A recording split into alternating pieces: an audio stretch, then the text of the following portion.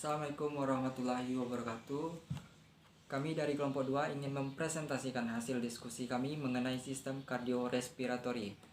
Nah, sebelum itu izinkan saya untuk memperkenalkan diri saya dan kedua teman sekelompok saya. Nama saya Apriando Yuristianda Putra dengan NIM 190863006. Kemudian teman saya yang pertama yaitu ada Angki Pagamo dengan NIM 190861013. Dan yang terakhir ada Muhammad Farhan dengan NIM 190863383. Baiklah, langsung saja ke materi sistem kardiorespiratori. Kardiorespiratori berasal dari gabungan kardiovaskuler dan respirasi. Yang pertama, kardiovaskuler atau denyut jantung dan pembuluh darah. Nah, pertama denyut jantung, yaitu kerja jantung diatur oleh pacemaker yang disebut SA0 dan secara stimulan dilanjutkan oleh kontraksi otot jantung. Kemudian yang kedua, denyut nadi, yaitu adalah perubahan tiba-tiba dari tekanan jantung yang dirambatkan sebagai gelombang pada dinding pembuluh darah. Kemudian masuk ke sifat denyut nadi yang berpengaruh. Yang pertama ada kecepatan, itu cepat atau lambatnya sifat denyut nadi itu sendiri. Kemudian yang kedua itu adalah ukuran, besar atau kecilnya. Kemudian jenis gelombang, memanjang atau memendek. Kemudian irama, teratur ataupun tidak teratur. Dan yang terakhir itu adalah tegangan, lemah atau kuatnya. Kemudian yang berikutnya adalah faktor yang mempengaruhi denyut nadi. Faktor yang pertama itu ada aktivitas fisik. Kemudian yang kedua ada suhu badan. Ketiga ada obat-obatan. Keempat ada emosi. Dan yang terakhir ada makanan. Kemudian yang kedua ada respirasi. Respirasi adalah peristiwa menghirup udara dari luar yang mengandung O2 ke dalam tubuh serta menghembuskan sel tubuh yang banyak mengandung CO2 sebagai sisa dari oksidasi keluar dari tubuh. Kemudian masuk ke faktor yang mempengaruhi frekuensi pernapasan. Faktor yang pertama ada faktor umur atau usia, kemudian ada jenis kelamin, suhu tubuh, posisi tubuh, dan yang terakhir ada kegiatan tubuh. Baiklah, untuk materi selanjutnya akan dibahas oleh teman saya yang bernama Angki Pagamo. Assalamualaikum warahmatullahi wabarakatuh. Nama saya Angki Pagamo dengan NIM 190861013.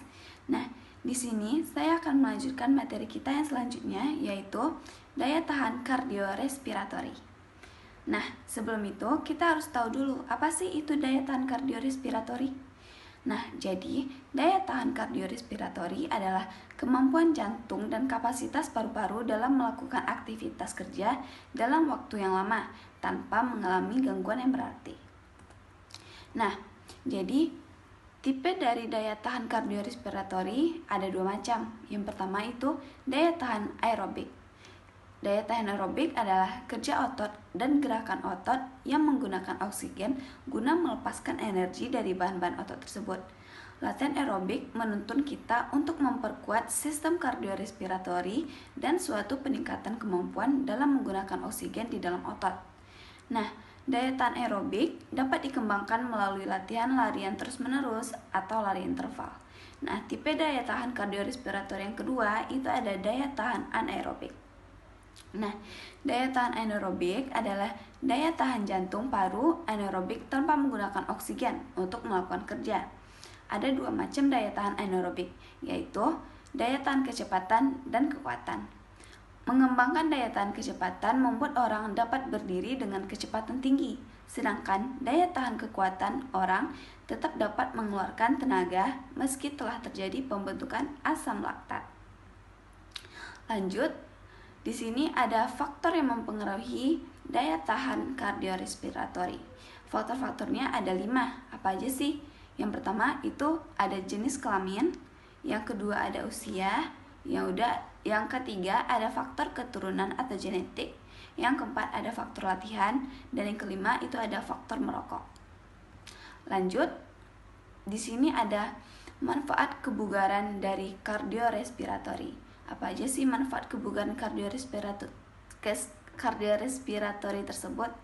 Nah, menurut Sadoso Sumasarjono, manfaat kebugaran kardiorespiratori itu ada 6. Yang pertama, berkurangnya risiko gangguan jantung dan pembuluh darah. Yang kedua, menjaga tekanan darah tetap normal. 3. Mengatur kadar lemak dalam darah. 4. Meninggikan VO2 max. Yang kelima, tulang-tulang atau persendian dan otot akan menjadi lebih kuat. Dan yang terakhir, mengurangi risiko jantung koroner, kegemukan, diabetes, dan kanker. Kita lanjut. Di sini ada cara untuk mengetahui daya tahan paru dan jantung. Dari tes kardiorespiratori itu merupakan tes menggunakan oksigen oleh tubuh selama kerja maksimum. Jadi ada 3. Apa aja sih itu? Yang pertama, multi-stage fitness test. Yang kedua, Harvard Step Test. Yang ketiga, treadmill test. Apa sih treadmill test itu? Treadmill test adalah pemeriksaan untuk mengetahui kemampuan maksimal kerja jantung saat melakukan aktivitas. Nah, hanya sekian materi yang bisa saya sampaikan. Akan dilanjutkan, untuk materi selanjutnya akan dilanjutkan oleh rekan saya, Muhammad Farhan. Baik, Assalamualaikum warahmatullahi wabarakatuh. Perkenalkan, nama saya Muhammad Farhan, NIM 19086383. Baiklah, di sini saya akan melanjutkan presentasi dari kelompok 2, yaitu latihan untuk meningkatkan daya tahan kardiorespiratori. Adapun upaya untuk meningkatkan daya tahan kardiorespiratori yaitu dengan cara lari 1500 meter dengan fartlek atau speed play. Fartlek yaitu latihan untuk memelihara kondisi tubuh dalam cabang olahraga apapun. Sebaiknya latihan ini dilakukan di alam terbuka yang ada semak belukarnya, selokan untuk dilompati, tanah berumput, bukan seperti di alam rata dengan pemandangan yang membosankan. Latihan ini menggunakan variasi tempo. Yang kedua itu latihan naik turun bukit dengan lari jarak itu sekitar 30 sampai 60 meter dengan dilakukan 5 sampai 10 kali pengulangan. Yang ketiga itu lari lambat, kemudian semakin cepat dan semakin cepat. Bisa dilakukan dalam jarak sejauh 100 sampai 200 meter. Dan yang terakhir itu bisa dilakukan dengan lari 10 sampai 12 km dengan kecepatan tetap stabil dari awal sampai akhir. Adapun pengaruh latihan bagi jantung. Yang pertama itu pengaruhnya otot jantung ukurannya meningkat karena digunakan terus-menerus, yang tuntutan yang lebih besar diletakkan pada jantung sebagai akibat dari aktivitas jasmani yang kita lakukan. Yang kedua itu jumlah isi darah pada denyut jantungnya lebih besar dipaparkan ke seluruh tubuh daripada yang tidak terlatih sama sekali. Yang ketiga itu individu yang terlatih mempunyai denyut jantung yang tidak cepat bila dibandingkan orang yang tidak terlatih, karena denyut jantung orang yang terlatih itu sudah terlatih karena sering melakukan latihan. Yang terakhir itu peningkatan tekanan darah pada orang yang terlatih lebih sedikit daripada orang yang tidak terlatih.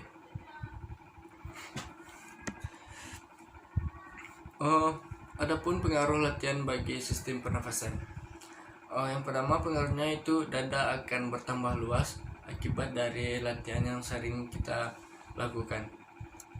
Yang kedua itu jumlah pernafasan per menit akan berkurang karena kita sudah terbiasa dengan tekanan yang tinggi pada jantung saat melakukan aktivitas yang berat tersebut. Yang ketiga itu pernafasan yang lebih dalam diafragma. Dan yang terakhir itu kita dapat mengambil oksigen lebih banyak daripada yang tidak terlatih. Baiklah, kesimpulannya, dengan melakukan latihan olahraga atau kegiatan fisik yang lebih baik dan benar. Berarti seluruh organ dipicu untuk menjalankan fungsinya sehingga beradaptasi terhadap setiap beban yang diberikan kepada tubuh kita. Baiklah, mungkin hanya itulah presentasi dari kelompok kami. Apabila ada kekurangan, kami mohon maaf. Assalamualaikum warahmatullahi wabarakatuh.